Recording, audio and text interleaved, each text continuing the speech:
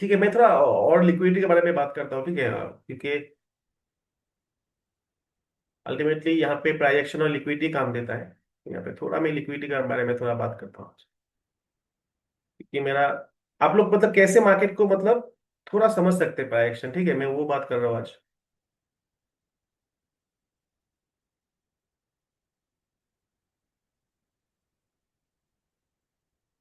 अगर मैं 5 मिनट पे पहले देखूं,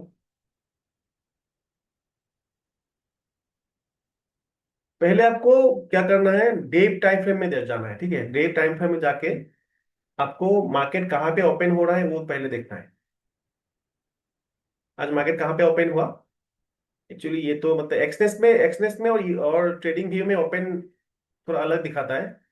एक्सनेस में ओपनिंग दिखाता है 5:30 को, ठीक है, और ट्रेडिंग व्यू में दिखाता है 3:30 को। एक्चुअली 3:30 को टाइम मतलब मार्केट शुरू होता है, लेकिन एक्सनेस में क्यों 5:30 दिखाता है, क्योंकि 5:30 को डॉलर का जो इंडेक्स है वो ओपन होता है। इसलिए जब डॉलर का इंडेक्स ओपन होता है, मतलब DXY बोलते हैं उसको, आप लोगों को पता है शायद, DXY।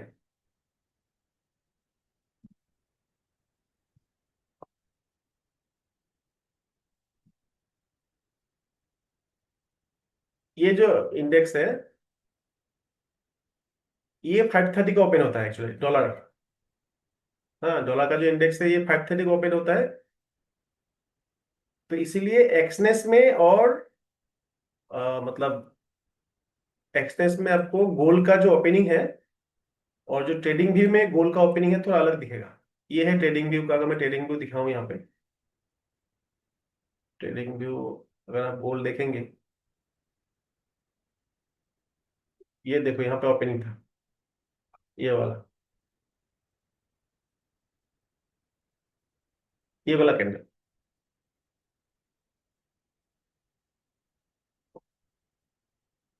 ये वाला जो कैंडल है, और सॉरी,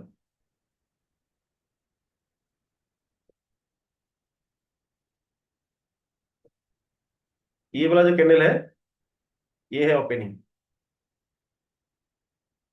ओपनिंग कब हुआ, 3:30 को, ठीक है। तो ट्रेडिंग व्यू में और एक्सनेस में ओपनिंग का थोड़ा इशू रहता है उसके, वो उतना ये नहीं है।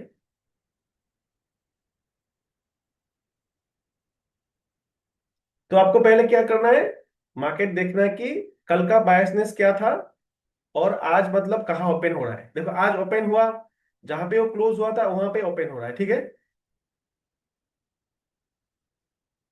उसके बाद हमें क्या देखना है, 30 या 50 मिनट्स में जाना है।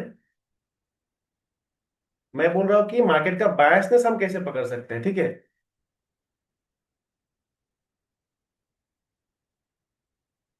हाँ, अभी हमें 50 मिनट में जाना है। यहाँ पे देखो,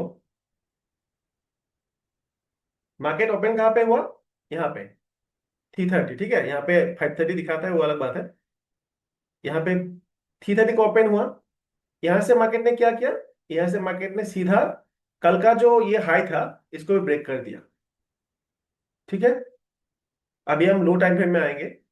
बाइंग कहाँ पे हुआ, यहाँ पे, यहाँ से बाय आया था, लेकिन सुबह ओपनिंग कहाँ हुआ, हाई हुआ, और जो प्रीवियस डे का जो हाई था उसको भी वो ब्रेक कर चुका था। मतलब बायर पहले स्ट्रॉन्ग दिखा चुका था। अभी हम 1 मिनट में जाएंगे।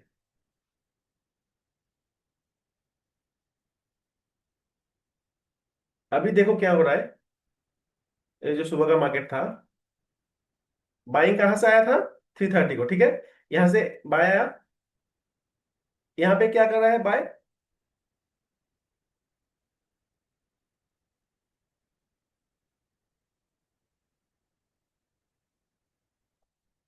हाँ, ये वाला मैंने ड्रॉ किया था।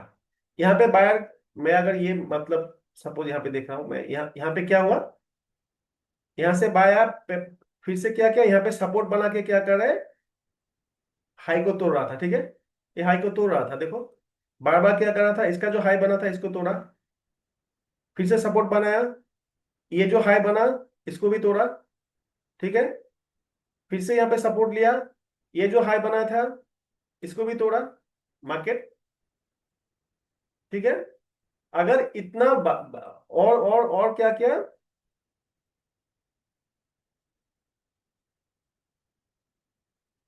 हाँ, उसके बाद देखो, अगर बाइंग इसका इतना स्ट्रांग है, यहाँ पे बार बार वो सपोर्ट ले रहा था, मतलब एक बड़ा सपोर्ट है, बार बार वो हाई ब्रेक कर रहा है, मतलब बायर स्ट्रांग है। अगर बायर इतना स्ट्रांग है, तो मतलब यहां तक तो नहीं आना चाहिए। ये जो लिक्विडिटी यहाँ पे बना है, अगर बायर इतना स्ट्रांग है तो यहाँ पे लिक्विडिटी लेने नहीं आना चाहिए। अगर इसका लिक्विडिटी लेता है, तो हमें क्या बनना है, हमें बाइंग के लिए नहीं देखना है। क्यों? क्योंकि अगर यहाँ पे इतना बड़ा, मतलब इतना बाइंग स्ट्रांग है, तो उसका एसएल मार्केट क्यों लेने आएगा? मतलब ये जो बाय हुआ है, ये क्या है? ये मतलब रिटेलर का बाय है। ठीक है, मतलब यहाँ पे क्या किया, बायर को बिठाया गया है। तो जब इसका एसएल ले लिया मार्केट ने, तब हमें क्या करना है, हमें बाय के लिए देखना ही नहीं है। क्योंकि यहाँ पे अगर बायर स्ट्रांग होता, तो मतलब यहाँ तक वो आने नहीं देता मार्केट को। वो डायरेक्ट क्या करता, 4700 डायरेक्ट ब्रेक करके चला जाता। लेकिन क्या किया, फिर से अगर ये मतलब एसएल ले लिया, तो इसीलिए मैंने क्या दिया था, यहाँ पे एसएल से सेल दिया था। हाँ, ये सीटी से चला गया, वो अलग बात है। उसके बाद क्या किया, हम लोगों ने यहाँ पे सेल लिया। तो अगर वो सेल, अगर हम रुके रहते, तो कितना कॉट पिप्स मिलता हमें? लगभग यहां तक। हाँ, इतना बड़ा हम एसएल नहीं ले, टारगेट नहीं ले सकते, क्योंकि हमारा क्वांटिटी भी रहना चाहिए। लेकिन कितना मिला, कितना बड़ा पॉइंट मिला? लगभग,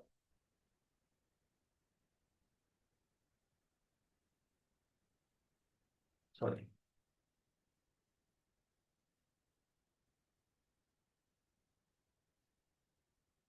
58 पॉइंट, मतलब 580 पिप्स। इतना हम कभी नहीं ले सकते। हाँ, ये मतलब मैंने बोल रहा हूँ, एटलीस्ट हम 200 या 300 पिप्स तो ले सकते थे।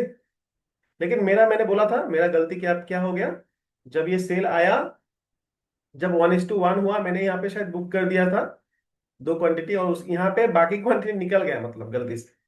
नहीं तो हम लोग ये ट्रेड में होते, और एटलीस्ट यहाँ तक शायद बुक कर पाते, और यहाँ तक बुक कर पाते। ठीक है, तो ऐसे हम क्या करते हैं, बायर्स इसको पकड़ते हैं। अगर बायर स्ट्रांग था, तो इसका एसएल क्यों गया, ये आपको दिमाग में आना आना पड़ेगा। उसके बाद आपको पकड़ना पड़ेगा। अच्छा, इवनिंग का जो ट्रेड है, देखो वो सेम लॉजिक है। इवनिंग का ट्रेड क्या कर रहा है, मैं अगर 5 मिनट में दिखाऊंगा। हाँ, ये 5 मिनट कैंडल है। देखो इवनिंग को क्या कर रहा था मार्केट, इवनिंग को वो दिन भर क्या किया, वो सेल आया, सेल के बाद दिन दिन भर यहाँ पे क्या किया, इस रेंज में ये घूम रहा है। इस रेंज में क्या कर रहा है वो, घूम रहा है। ठीक है, हम जब मार्केट में बैठे, तब कितना टाइम हुआ था, 5:30। ठीक है, तो 5:30 को मार्केट कहाँ पे था, यहाँ पे था, यहाँ पे, और यहाँ पे ये 5:30 कैंडल है। तो मार्केट ने सेम यहाँ पे क्या किया।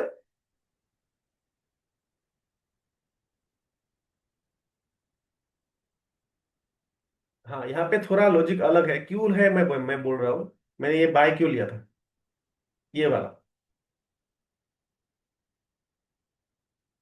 हाँ,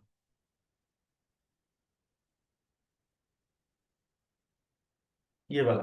तो यहाँ पे मेरा लॉजिक क्या था, ये जो 4650 का जो, मतलब सेलर अगर यहाँ पे सेल किया होगा, देखो यहाँ पे अगर कोई सेल किया होगा, ठीक है, उसका एसएल नहीं गया अभी तक।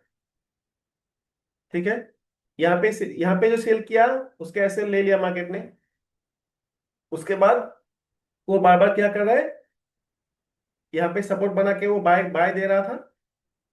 और दूसरा सपोर्ट कहाँ पे बना रहा था, बड़ा बड़ा टाइम फ्रेम में, यहाँ पे बना रहा था, यहाँ पे बाय, यहाँ पे बाय।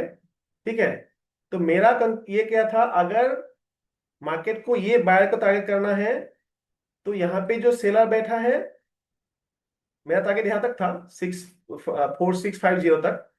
अगर यहाँ पे सेलर बैठा है, तो इसको थोड़ा एटलीस्ट निकालेगा। ठीक है, तो इसलिए मैंने क्या किया, जब ये लिक्विडिटी, ये बायर का जब लिक्विडिटी यहाँ पे लिया, मैंने कहाँ पे ट्रेड बनाया, यहाँ पे ट्रेड बनाया। लेकिन ये एसएल एसएल नहीं लिया, एसएल के सामने से घूम के चला, हमें हमें कितना पॉइंट दिया यहाँ पे, 110। जब इसका लिक्विडिटी लिया मार्केट ने, और फिर से अगर यहाँ पे आ रहा है, देखो यहाँ पे बाइंग आया है, यहाँ पे बाइंग आया है। अगर इतना स्ट्रॉन्ग होता, तो ये डायरेक्ट इसको तोड़ देता। नहीं तोड़ पा रहा है, फिर से अगर यहाँ पे आ रहा है, मतलब आपको क्या समझना है, अभी मुझे सिर्फ सेल ही देखना है। क्या देखना है?